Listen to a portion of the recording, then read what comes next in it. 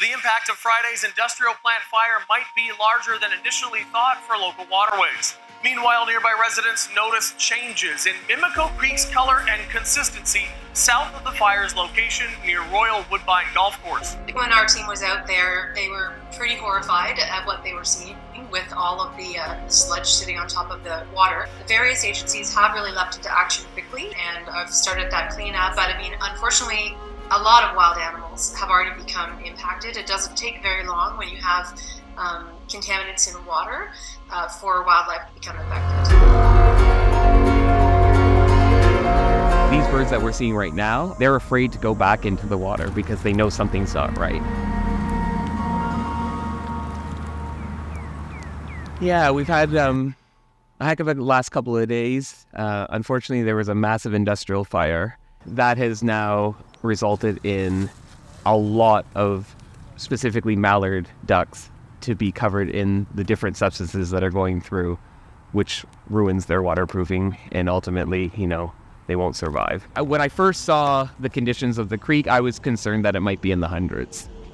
If we'll catch hundreds of birds, I'm not sure, but we're doing our best. Okay, well, we're on our way. Okay. We're just getting as much equipment as we can together. We have received calls already. It's quite bad. Anyway, we're going to make our way and save as many as we can so we can get them washed and then released once this spill is contained. Darlene and rescue team support Andrea and Ronan headed to the golf course where there had been many reports. They were greeted by Brent, a course employee, and Craig, a concerned citizen who helped transport all the gear down to the water's edge. Let's do it. They immediately started collecting as many oiled mallards as they could, one after the next, after the next, after the next, before carefully loading them into kennel cabs so a volunteer driver could get them to the center as quickly as possible. You just feel it. It's heartbreaking looking at these. It's like an oil slick coming all the way down. Oh my God. And they're adjusting it as they're Oh man, that is so sad. Each day we're catching about 20 to 30 birds. Unfortunately, this morning we're getting reports that there's just as many today. So to date, right now, I know that we have 23 from day one, 25 yesterday, so 48 birds. Today we've been told about 20. So it seems to be this 20-25 mark every day. So I'm not sure the intensity, how long it's going to go, but right now it's pretty unbelievable to see. We have 17 to 25 baths planned for today. In this enclosure, we have 17 ducks, and I'm hoping to wash this entire enclosure so that this can become one of our enclosures for clean and washed ducks.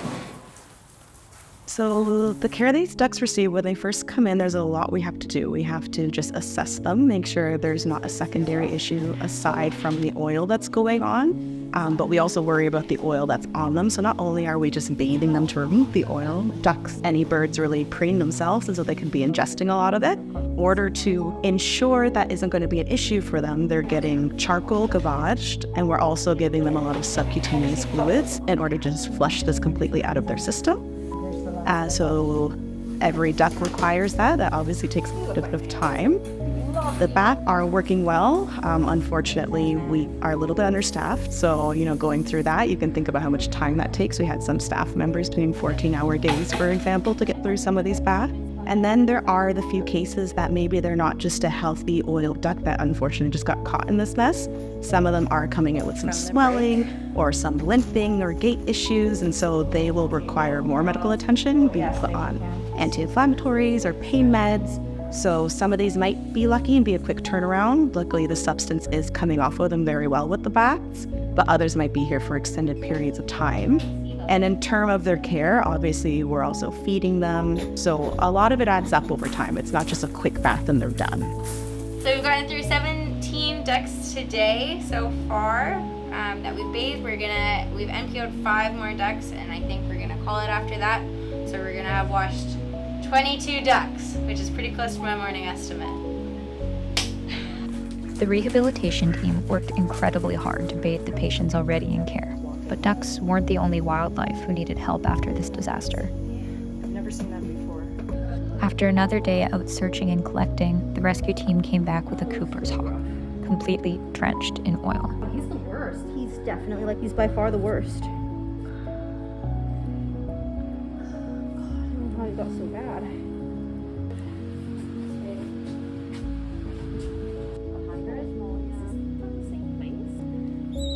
The hawk was given a much-needed bath and received in-depth medical checks to ensure there were no additional complications. All in all, it has been a very busy few days at Toronto Wildlife Centre, and the outpour of support goes a long way for the wildlife that have been impacted. We've got an incredible support system of volunteers, community members, staff that have really come together and are making this job that's very difficult much easier. So it's all hands on deck.